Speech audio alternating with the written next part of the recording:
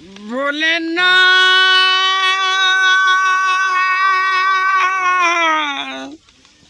ও ভোলে না বলছে পার্বতী রে গঙ্গাই যে ও গো ভোলে না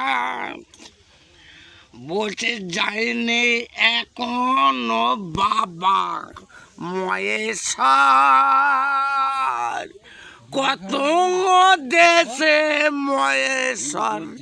কেমন দেখতে চাও বাবা ভোলে না বাবা ভোলে না সকাল সন্ধে পূজা হয় গো ওরা কুলকে ভুলে